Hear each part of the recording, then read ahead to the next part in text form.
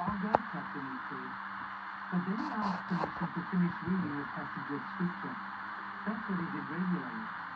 That's what was sustaining him in these violent and bloody hours. His belief and trust in God gave him his courage and strength through these challenging times. The captain started to object. He knew the entire American advance in Okinawa was hung up at this one spot. But he nodded. We'll wait for you, and walked off. And so the advance of an entire army, an entire Allied force, paused as this single medic tapped into his source of spiritual strength, the Bible.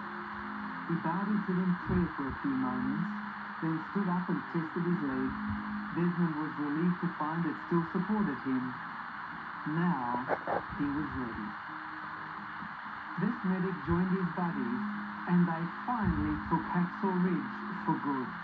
His Bible, prayer, his faith in God gave Desmond the courage and strength to accomplish great things.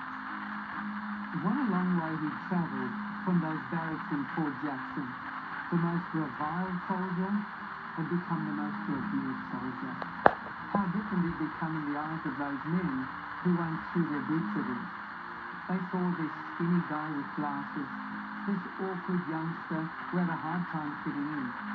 They saw him become a hero, much larger than life, and they would find a way to express their admiration. A few days after his heroic actions on the escarpment, I really recommend the actual movie Hacksaw Ridge. he unselfishly let a more badly injured soldier have his stretcher for evacuation off the battlefield. Later, as he was driven away in an ambulance, the medic suddenly gasped, "My Bible! I've lost my Bible." "It's okay," the driver said. "They'll get you another one on the ship." But Goss wanted his Bible, the pocket Bible that carried him through the long terror of war. And he made the driver promise. He passed the word to friends at the battalion aid station in case they'd seen it. Well, word did get back to Company B, and guess what? All those men walked out through the trees, fanned out over the those battlefield, men. and began poking around shell holes, looking under debris, those men. retracing Desmond's steps, looking for his lost Bible. They even had to keep an eye out for snipers and booby traps, but they were quite willing to risk their lives to look for that little book that their incredible comrade valued so much.